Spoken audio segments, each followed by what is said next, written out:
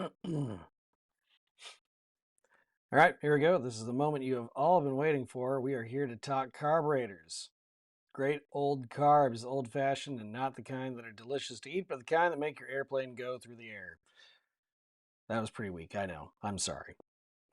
I'll calm down. Let's talk about carburetors. So, a couple things as we refresh our mind on some basic physics that make this all work. The principle of a carburetor is based around Bernoulli's principle. And in case we need to review that a little bit, as we squeeze a fluid through a narrowing or a venturi, we're going to see two things happen. The velocity will increase and the pressure will decrease. And that is something that we can use to our advantage in a lot of different areas. We see it everywhere on an airplane, really.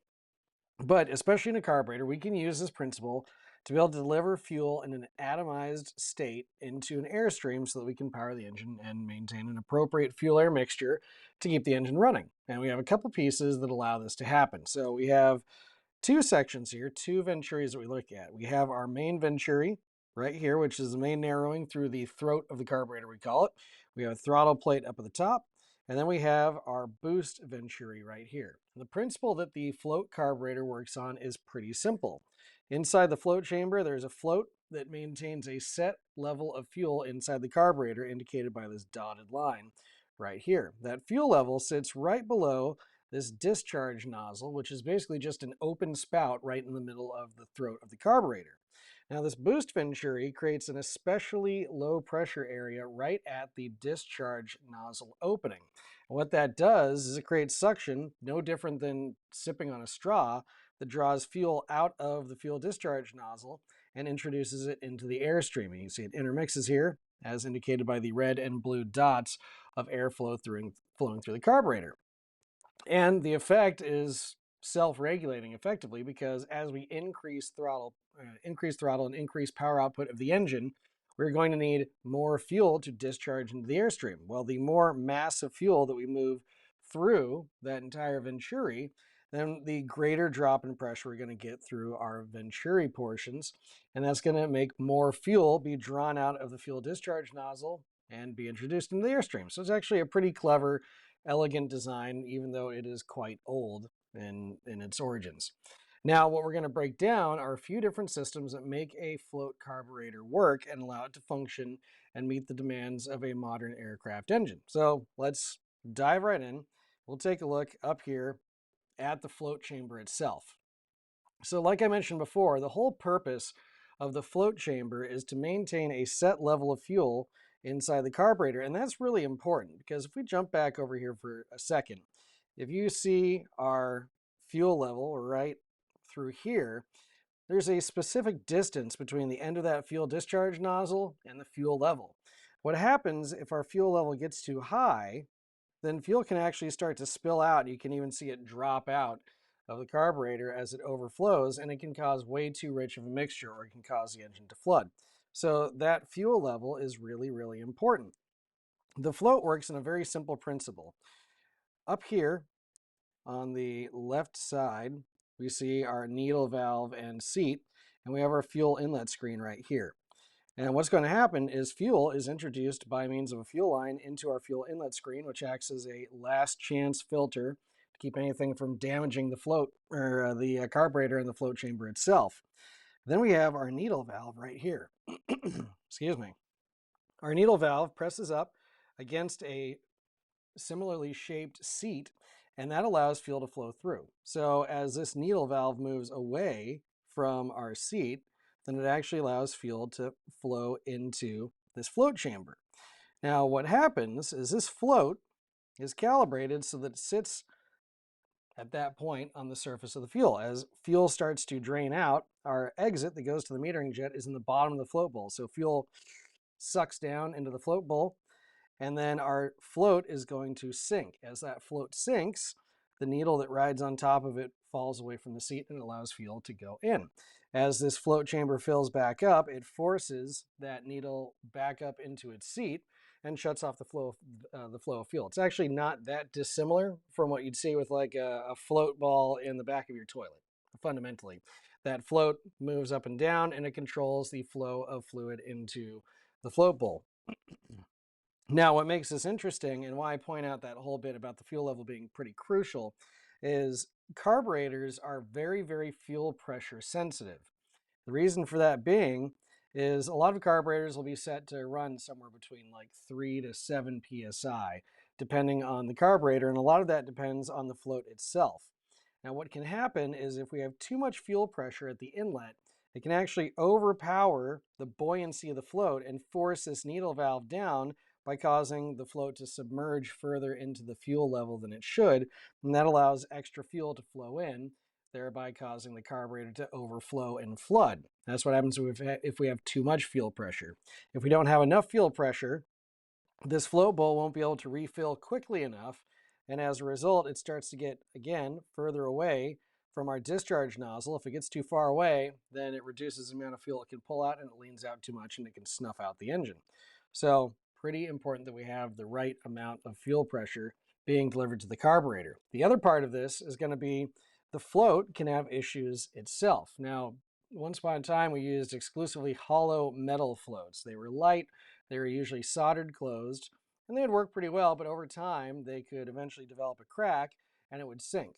So, a lot of times, if you had a flooded carburetor that would do so kind of out of nowhere, the reason would have been is that you had a small crack develop in your float bowl, which allowed fuel to fill the float, or a crack in your float, which would allow fuel to flow into the float, and then it would sink and it would let too much fuel in. On the other hand, now we have modern ones that are typically like, I think they're polypropylene. I think they're polypropylene, but basically a rubberized synthetic float, which is basically a foam that's been coated in a fuel resistant material. And that foam floats on the top, and it ends up in a situation where we don't have that issue with the float sinking as much because it can't crack. On the flip side, over time, they can potentially deteriorate, especially if the carburetor is left dry for a long period of time. It can actually force that foam float to deteriorate, and then it will sink because it loses its buoyancy. So that's just a couple things that we're talking about. But this is the whole purpose of our float bowl, is to maintain the set fuel level so that as air flows through the carburetor, it can just sip the fuel right out of that main metering jet. Pretty simple, pretty straightforward. We also have our mixture control, which we'll talk a little bit about later on, and that determines how much fuel can actually exit this float chamber and go towards the main metering jet. Relatively straightforward. Next thing we're going to take a look at is the concept of an air bleed. And there's a few things that an air bleed does. Number one, it helps to regulate the flow of fuel. It keeps fuel from surging as we change power settings. And it also helps to vaporize or atomize the fuel as it exits the main metering jet. So we'll show you how this works a little bit. This is a slightly different design than we were just looking at. This is something more like you'd see on a radial engine. It's a larger metering jet that we see right here. But the idea is, same concept. We have airflow that comes into the throat of the carburetor and moves through the venturi. Now, in this case, we don't have the boost venturi, we just have the regular venturi inside the system. Now, what we have over here is an air bleed with a metering orifice that we call an air bleed jet right at the top of it. And this is exposed to atmospheric pressure. You'll notice that this jet right here is hidden behind the venturi wall. So it's actually being shielded from the relative low pressure area that we have going through the venturi. And what it's reading is the relatively high or atmospheric pressure just outside that wall. What that does is it's kind of the same thing as if we poked a hole into a drinking straw, right? So maybe you've had one of those straws, you pull it out and it's got a crack in it, and you can tell immediately because you suck a bunch of air in along with the liquid that you're trying to drink.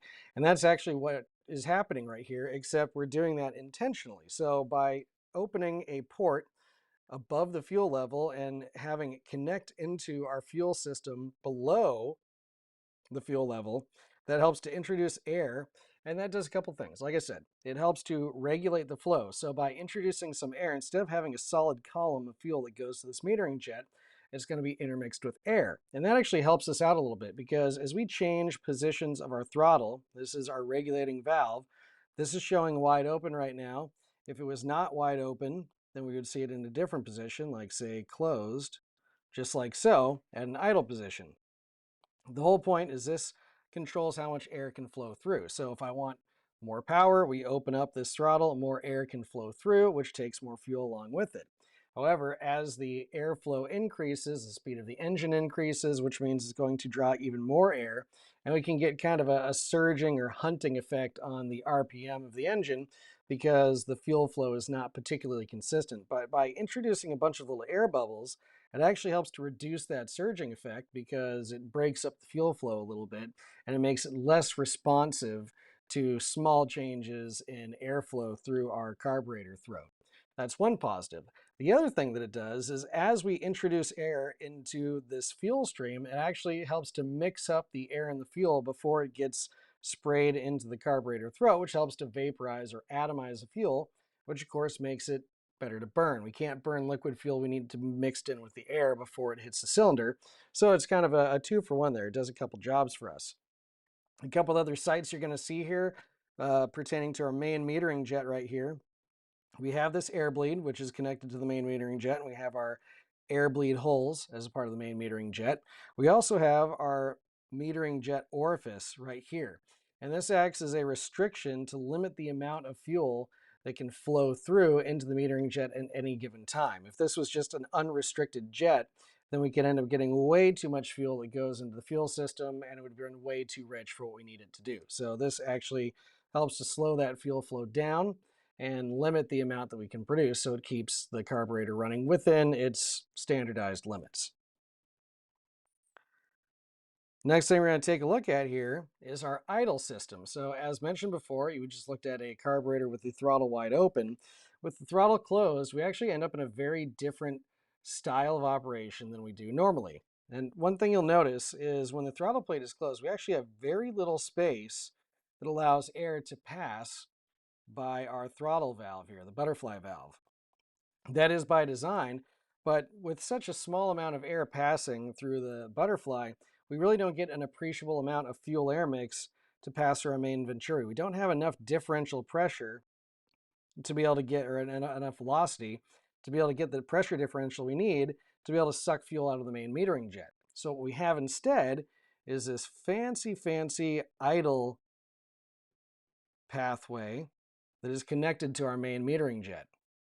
And the way that this works, there's a couple pieces we have. We have a air jet over here, which operates in the same fashion. It's what we would use to provide air to the main metering jet. It's our air bleed. It's hidden behind the venturi. And we also have our idle air bleed over here, which feeds that. And this passes behind the venturi, as you see right here. We have our idle air bleed holes, which is allowing air to be introduced. We have the main metering jet, which is regulating the amount of fuel that can flow up into our idle circuit. And we have our metering tube, which is this entire section collectively that has the air bleed holes and the metering jet as well. Up here above, we have what we call the emulsion tube, which is where the fuel and the air are mixing together to become a more emulsified or vaporized mixture to be released into the airstream.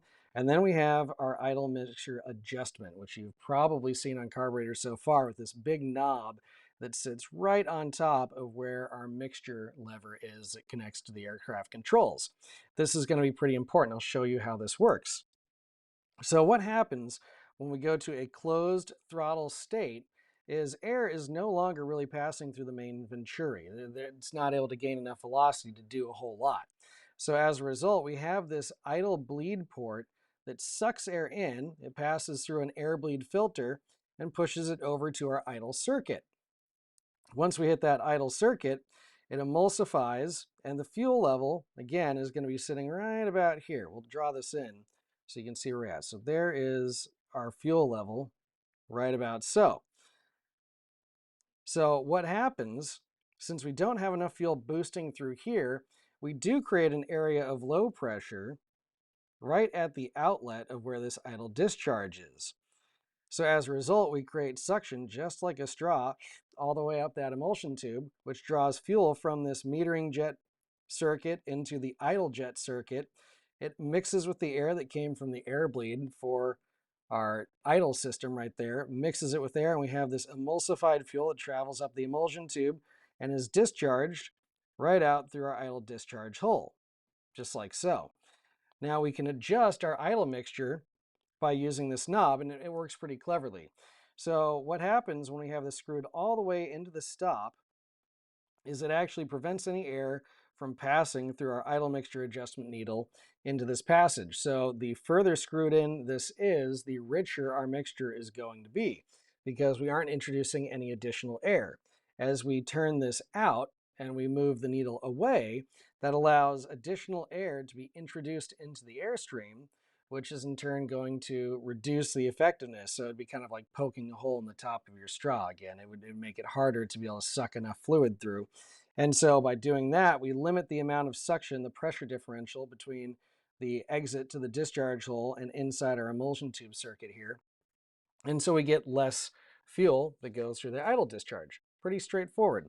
So we have our idle mixture adjustment right here. Now, the important thing to notice when we talk about idle system on a carburetor is there's two controls that are really important. We have the idle mixture, which is adjusted here, which is going to be rich or lean. And then we have the idle RPM adjustment right here. So most engines are going to have a idle RPM that we shoot for, and then we test our idle mixture when we shut it off. Again, we should be running a bit rich of stoichiometrics. So that means if we shut off the carburetor by cutting off fuel, then as the fuel mixture leans out, we should actually pass through our most effective fuel air mixture in the engine, which means we're going to get a slight rise in RPM before the engine dies out. If we get a really big rise and then the engine dies out, we know that our idle mixture was too rich. If we pull the idle mixture and the engine just kind of goes, then we were running way too lean and we need to adjust in the rich direction. That's the basics that we have. If you're approaching a new carburetor that's being installed, a lot of times you'll get information about the initial setup, and then you have to do a little fine tuning from there. But typically we'll set our idle RPM first, and then we'll start to mess around with the idle mixture adjustment. If you have no instructions at all, then the best option you have is to adjust the idle RPM so that the engine just is running around the speed you want, and then just your idle mixture until the engine just about wants to die in the lean direction, so until it gets a little bit rough. Then we can adjust the idle RPM again to reach the right speed, and then dial in our idle mixture, and that'll get you pretty close. But again, if you have a procedure, follow that first. Next system we're going to look at is our mixture control. Since we were talking about cutoff and talking about controlling our mixtures, remember we talked about things like lean of peak because we can manually enrich or lean the mixture for the carburetor. And part of this is because the carburetor, while we can set up nicely for certain modes of operation, the demands of fuel air mix, as you've seen, to maintain the right cylinder head temperatures at various stages of operation can be pretty wildly different. And so we need to have this extra opportunity to have authority over the mixture ratio that's going into the engine. And that's a pretty simple system. This is a rotary control valve. This is the most common kind you'll see with like Stromberg style or Bendix Stromberg now. You'll see MA3, MA4s, pretty typical carburetor on a lot of engines. All we have is an arm that's hooked up to linkage, and what happens as we rotate that linkage back and forth is we have this little sleeve inside the valve, and this orifice right here will get covered up by that sleeve. The more that it's covered, the more it restricts fuel flow that gets into the main metering jet, and therefore it leans out our mixture that's entering into the carburetor throat. If we close this completely, then it will entirely block off our port right here, not allowing any fuel to flow back in, and then we starve the engine for fuel. That's how we're able to shut it off. So rather than turn the keys off, right, turn the magneto off, we pull the idle mixture. That starves the engine for fuel, and it does a couple things. Number one, it makes sure that the engine is able to shut off cleanly, and it also makes sure that we don't have any fuel air mixture that's still left in the cylinders, which is a safer state to leave the engine in than potentially having a cylinder that could ignite if it needed to. Next system we're going to talk about is our economizing system, or the economizer system.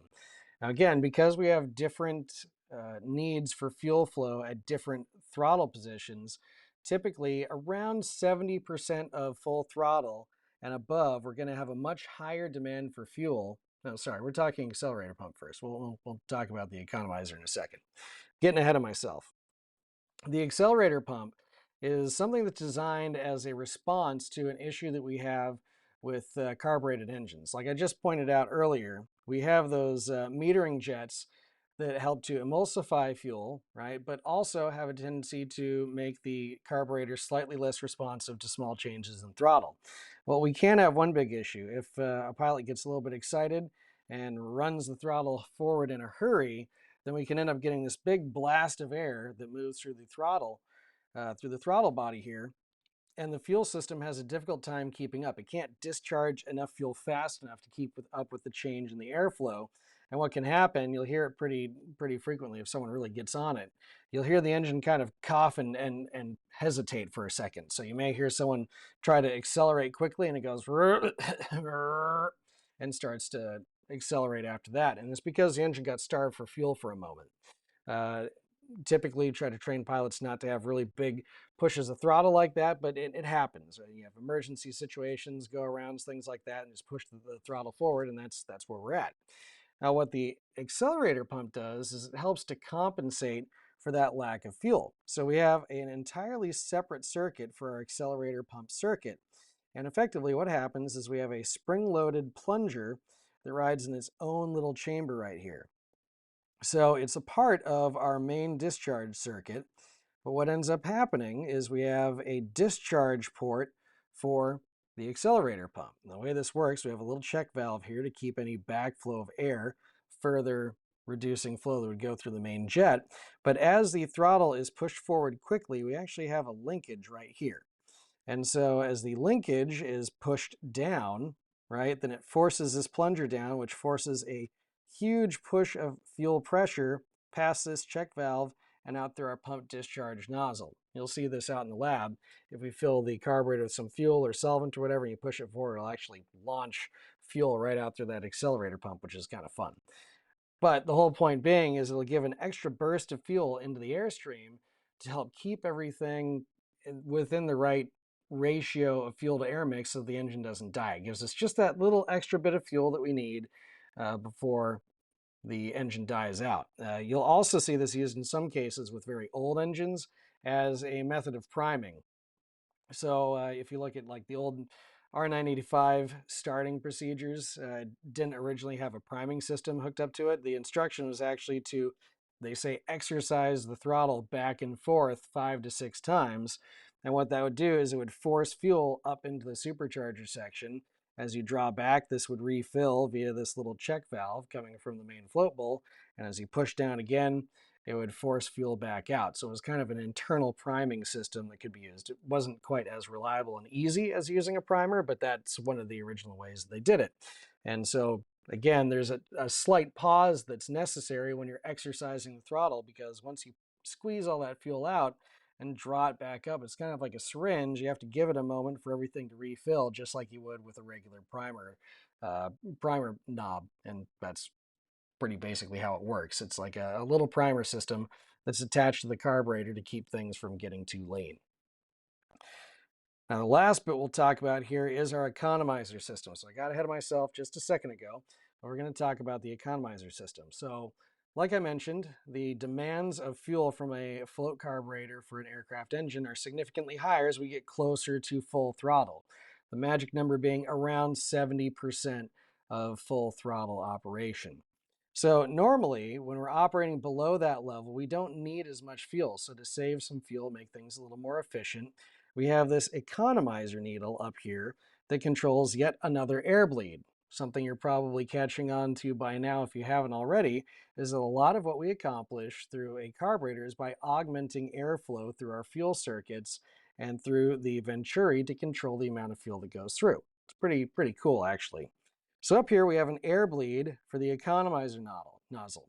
Now what happens normally when it's within its economizing mode is we have a spring right here that pushes the needle off the seat and allows additional air in to our main metering circuit to further lean out the mixture that's coming through our main discharge nozzle or through our main jet. What happens though is we have a cam on the throttle shaft over here. So as this is pushed forward, it actually makes physical contact with that needle, pushes it against the spring and seats it against that metering orifice, closing it off. And again, just like we have the illustration of a straw, if you have a hole in the straw and it's sucking in a lot of air, if all of a sudden you use your thumb to cover that hole, well, now everything's just fine because you aren't introducing extra air. And that's what's happening here. We close off this extra port. It reduces the amount of air being introduced to our main discharge circuit, and so we increase the richness of the mixture, increase the amount of fuel that's being discharged to that main nozzle, and it enriches the airflow that's going to the engine. That's all of our systems for a float carburetor packed into a pretty small package. There's a lot more that we could talk about and will talk about as we're out in the lab, but hopefully this helps you navigate some of the basic principles. There's one really, really important thing that we have to talk about before we dive into the rest of everything else. And I just want to point this out to you. As we take a look at our float chamber back here, you'll notice that our fuel comes past our needle valve and fills this float bowl. Everything seems pretty critical about keeping this fuel level exactly where it's at. That works really, really well if the airplane is not flying upside down. However, if the airplane is flying upside down or pulls negative G's for any amount of time, then we no longer have gravity to draw fuel into our main metering jet. So as a result, the engine dies. That's the one thing about float carburetors is you can't fly upside down unless you maintain one positive G, and you can't nose over the aircraft and pull negative Gs for any length of time, or the engine will stop, which is generally considered to be a pretty bad thing if you're flying the airplane. So the question is, how do we solve that problem so that airplanes can fly upside down? And that is what we're going to talk about in the next lecture about pressure carburetors. So stay on the edge of your seat for that one. We'll talk to you very soon.